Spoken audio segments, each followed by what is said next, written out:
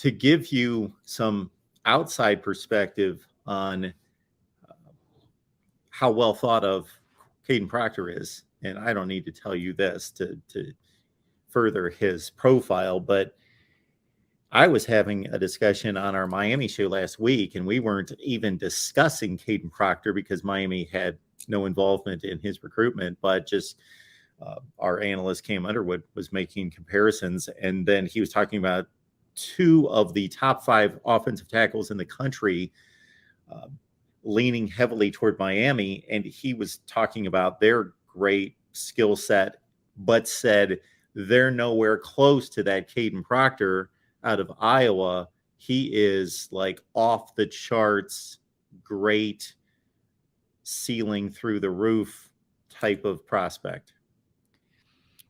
Fans are not liking what you're saying right now, Mark. Look, so this news, I was notified that this was going to be happening. I was notified, I guess Sunday, was told early Sunday that his visit to Tuscaloosa was just unbelievable. I mean, that's the land. I'm not giving you a direct quote. I mean, I can do that, but I'm paraphrasing, of course. I was told by somebody inside of Kadyn's circle that the atmosphere at Tuscaloosa was just unbelievable. Now, some people are going to say that's lip service, right? That's just trying to explain why this happened, and perhaps that's Kadyn's circle trying to explain. I don't know. They don't need to defend the move. I mean, he's got every right to go where he wants.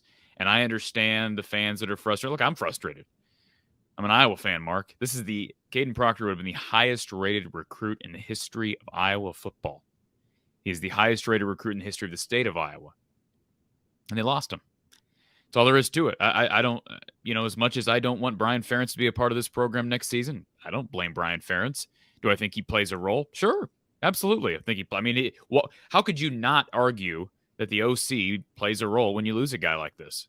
I mean, I know everybody wants to point at NIL and money, and you have every right to believe that NIL was the major factor. I can tell you that the inside sources, his circle, have been adamant, Mark, that this decision was not about money.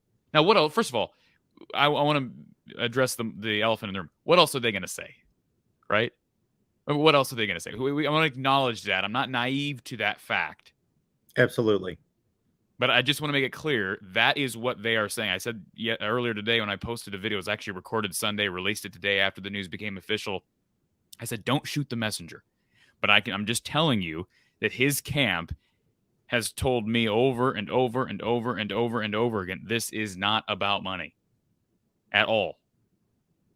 You can believe it if you want to believe it. I'm not going to say whether I believe it or not. It is what it is.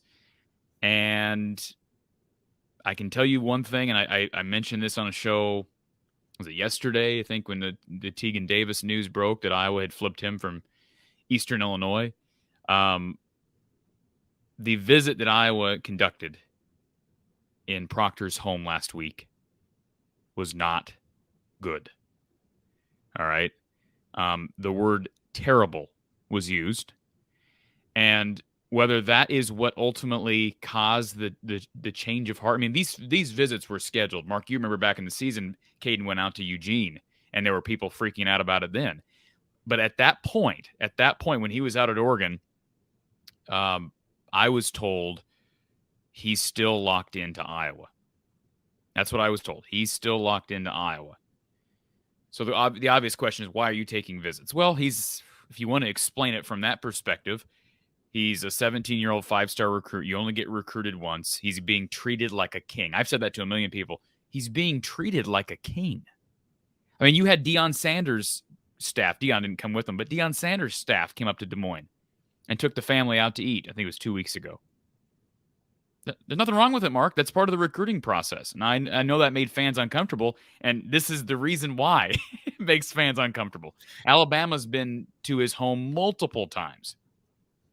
So all I can tell you is, according to Kadyn's camp, the Iowa visit last week in their home was awful.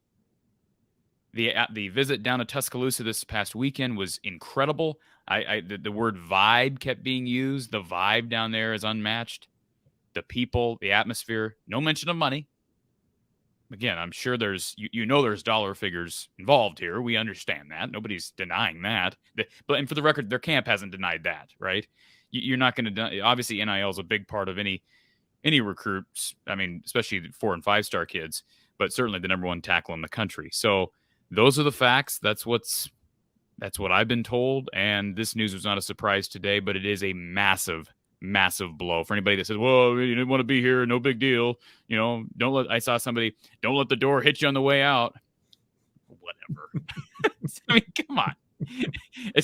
First of all, respect the kid's decision. You don't have to like it. Respect the kid's decision. I don't like it.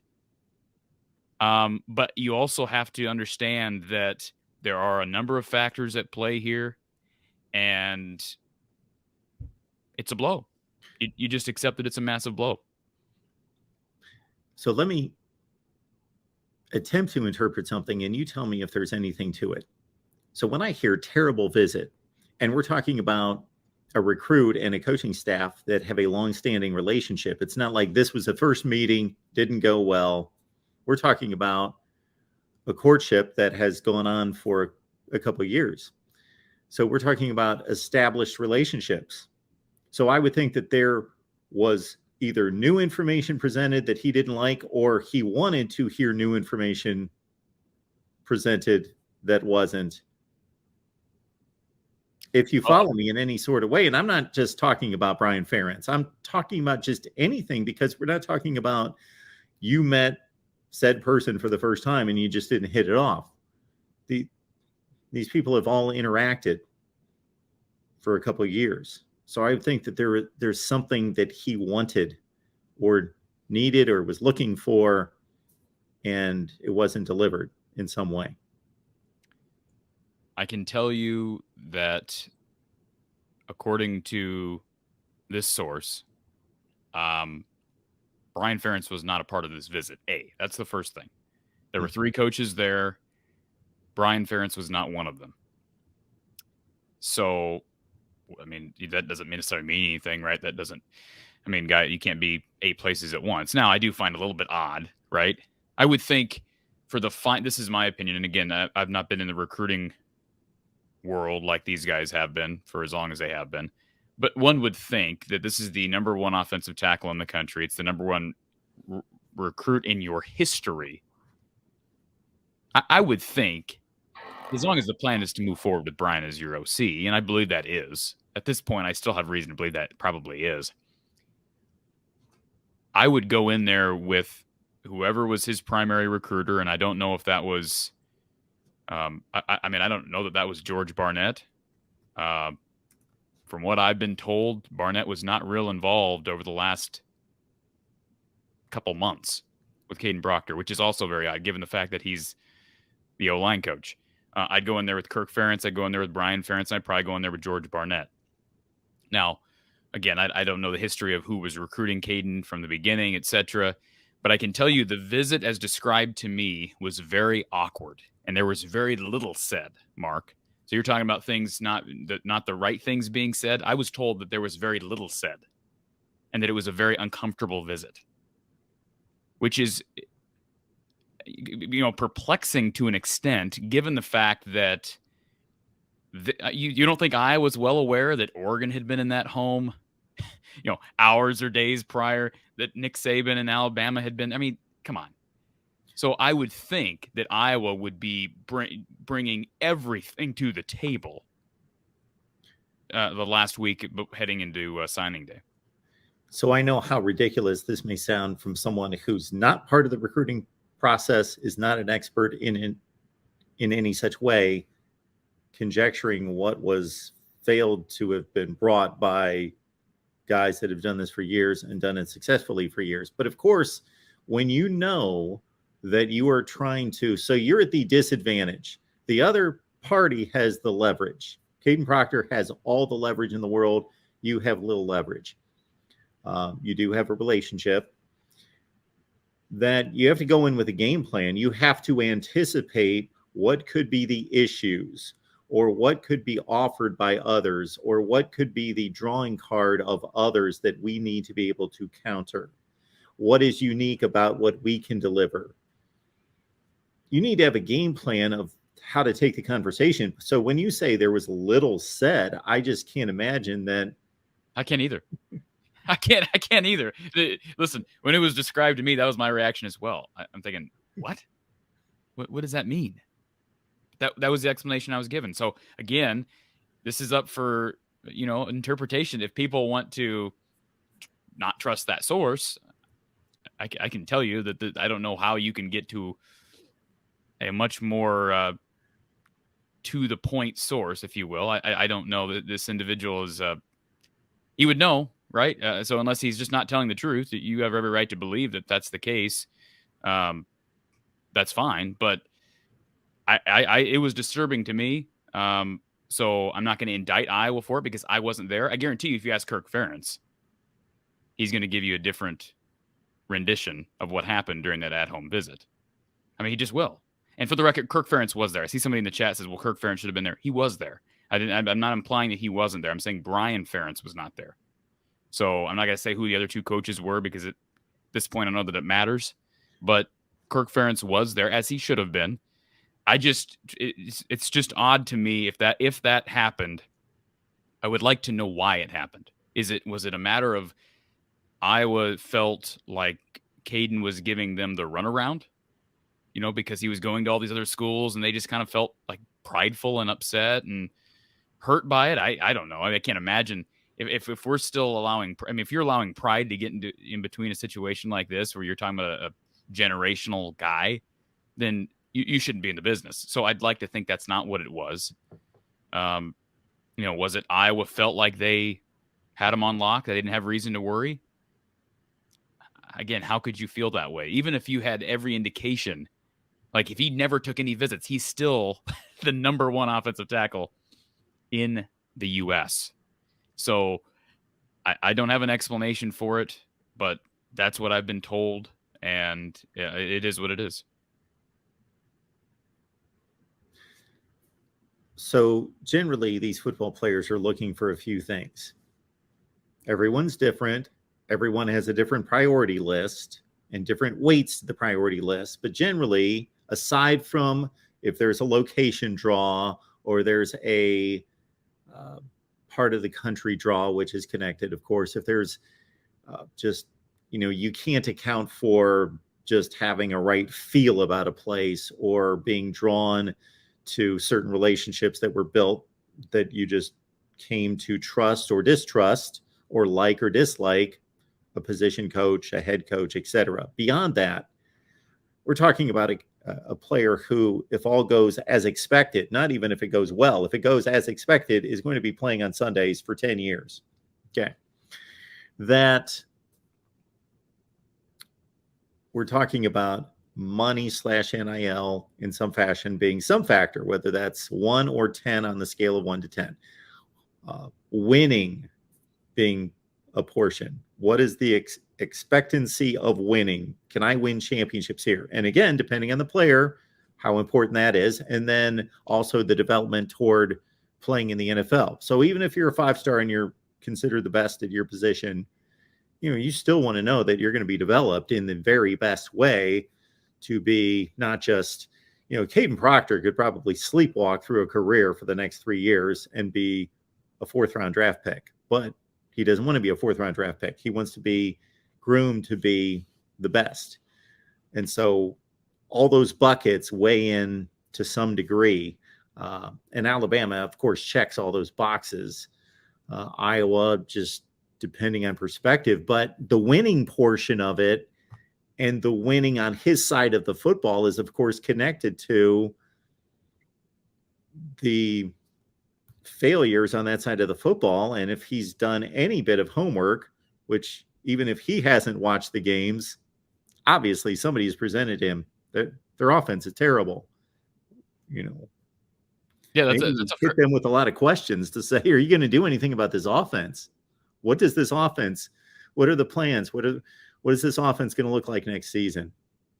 That is a fair point, Mark. That's an absolutely fair point when you bring up the fact that and again, I said at the outset, I'm not placing all this on Brian, but to think that the Iowa coaching staff doesn't share in the blame when you lose a recruit this late in the process. I mean, I know there are plenty of people out there, Mark, who just believe that Kadyn's a snake and that he backstabbed. I've seen all these things. He backstabbed Iowa and all these things. So no accountability to the Iowa coaches for not sealing the deal. Just blame on the young man who decided to flip. That's your prerogative if you feel that way. But you brought up a great point. Even if Brian Ferentz, who has been under well-deserved scrutiny over the last 2 years, even if he was not part of the reason due to his recruitment, how he recruited, his lack of recruitment of Kadyn Proctor in recent time, even if that's not at fault, the fact of the matter is what you just said is 100% valid. The offense sucks. And if you want to look at the differences between Iowa and Alabama, as you just brought up, the differences, first of all, Alabama is a franchise. I mean, the place is I don't know, the biggest blue blood in college football. What did they call that? Legacy. What's the word I'm thinking of? Dynasty. Dynasty. That's the word I'm trying to think of. It's a dynasty. But you're right, Mark. The Iowa defense, we've talked about this at length. The Iowa defense, the Iowa special teams, you're an offense away from being competitive at the national level, despite not being able to pull in the recruits that Alabama pulls in every year.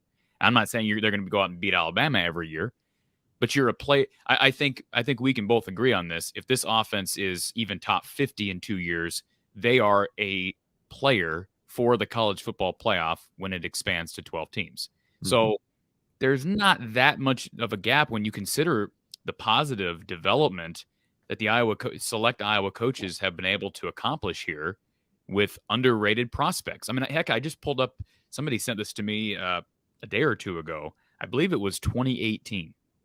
You know who the bottom 3 recruits, as far as the 247 Sports rating system goes, the bottom 3 recruits that Iowa signed in 2018?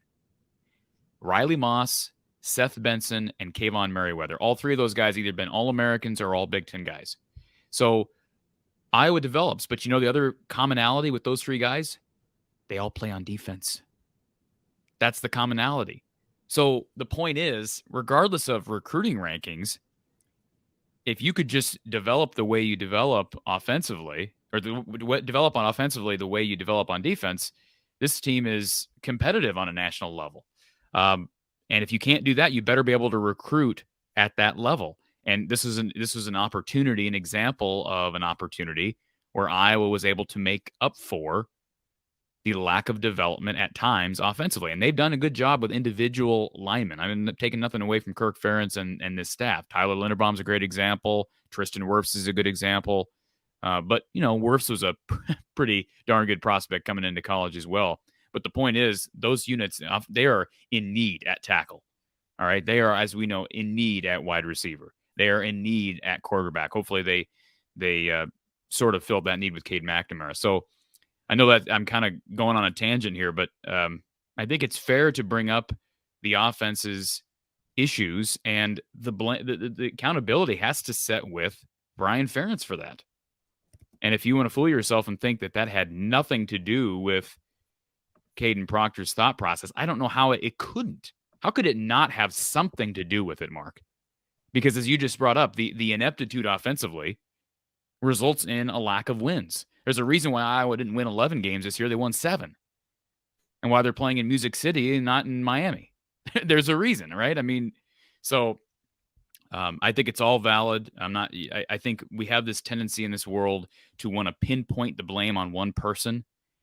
And usually that's just not fair. There's multiple factors at play here. And I think this situation with Kadyn Proctor encapsulates that notion. There are a lot of factors that were at play in his decision making.